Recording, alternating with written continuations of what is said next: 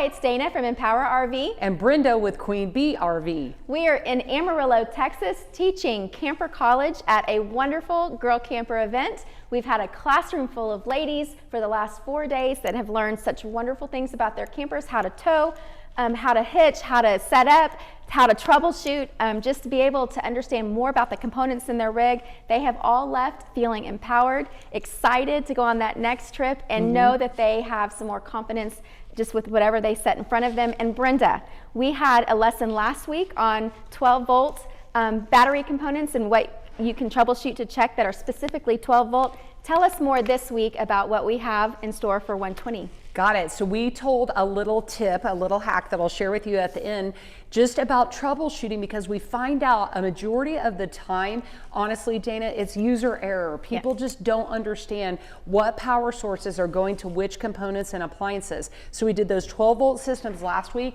Let's talk about the 120-volt AC components and appliances, starting with, and these are all kind of big ticket items, the air conditioner. And I just want to let you know, there's some of these appliances might work in tandem with the coach battery, like the air conditioner. If you have that wall-mounted thermostat for yours, it needs to be told what to do by the coach battery, but then once it gets going, it needs a lot. It needs a big push. Wouldn't it be nice if we had 12-volt ACs? Exactly. They might be in our future, but for now, it's 120-volt AC, and so it needs a lot of power to get going. That's running off of your shore power. So is the microwave. The refrigerator is another one of those that might be working in tandem with the 12-volt system.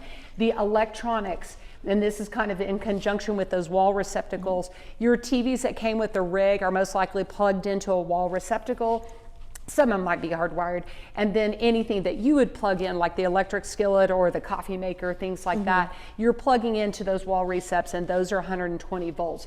Your water heater, everybody's got propane, but some people also have a water heater that has a 120-volt AC heating element inside of there. So think about that. And then your power converter and maybe some interior lights. Some of the older rigs might have some overhead lights that are running on 120 volts. So keep all those systems in mind. And then next time, if something isn't working, you're going to make yourself a little list of these items that goes along with the 12-volt that we did last week on an index card, something that you keep handy, laminate it, whatever you need to do. Come back here and take a look. All right, oh, it's the refrigerator, or let's say it's the microwave. That's really simple. We know it's 120 for sure.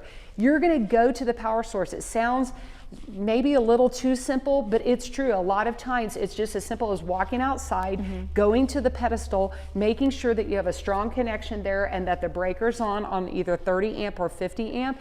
And then you can also check one of the breakers. Maybe a breaker has tripped in your electrical panel inside. And it's not just a visual check of those breakers. What have we told the girls that might happen? So we told them sometimes it might be tripped and it doesn't appear that it is. It's still in its correct position, that you're gonna pop it over and you'll feel a little resistance whenever you pop it over and pop it back into place. So hopefully those tips are helpful and you can do some of your own troubleshooting. I know they helped me. If you like this video, please let us know. Check out our social media channels in the description below and join us next time on another episode of 52 Ways to Empower Women RVers.